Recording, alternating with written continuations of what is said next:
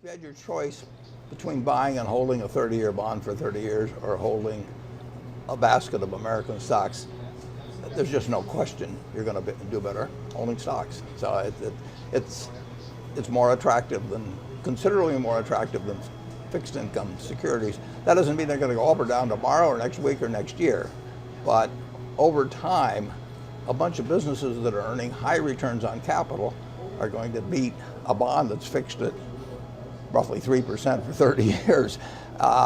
And it's not my field of specialty, but actually they look stocks generally, which are their businesses, they're American businesses, 30 trillion worth of them, and they look cheaper than generally real estate.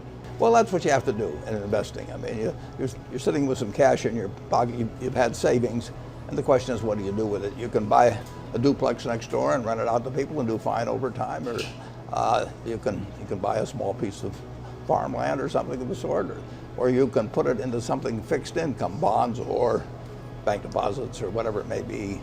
And stocks, if you look at American equities, American business is earning a lot of money relative to the capital put in.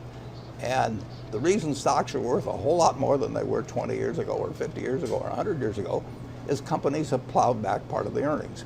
With a bond, you get it all out in interest. You get your 3% or whatever it is, and that's what you have. With stocks, you get maybe a 3% dividend, but they're plowing money back, or they're repurchasing shares or doing something. And over time, that just makes a huge difference.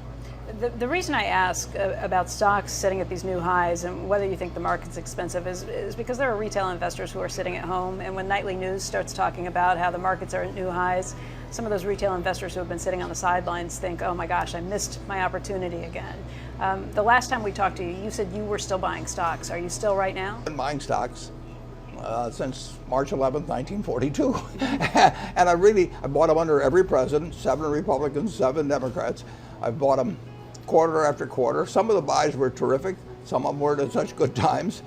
And I don't know when to buy stocks, but I know whether to buy stocks.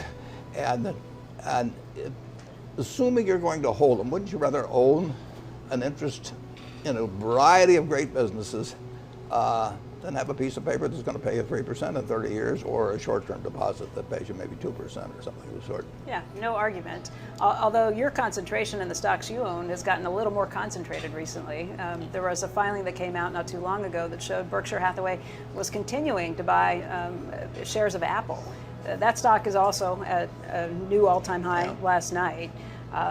It's now, you own 5% of the shares outstanding of Apple. It's the biggest holding for Berkshire Hathaway at $56 billion. Have you continued to buy even since that filing? 6 million of the shares are attributable to another fellow in the office that's owned it for a considerable period of time. The rest are my portfolio, but I bought just a little bit. I like to buy them cheaper. I mean, it's very difficult. I started buying when the stock was maybe 100. I was buying it kind of as fast as I could, and then I ended up buying some as high, a whole lot higher. I won't name the exact price, but a whole lot higher. I'd rather have it go down. For one thing, if it goes down, Apple's going to buy a lot of stock back. They're already buying stock back. And if it goes down 10%, it means they get to buy 10% more shares, and my interest will go up 10% more for spending that money in buying shares. So I am benefited by going down. If I were to talk my book, I would talk it down.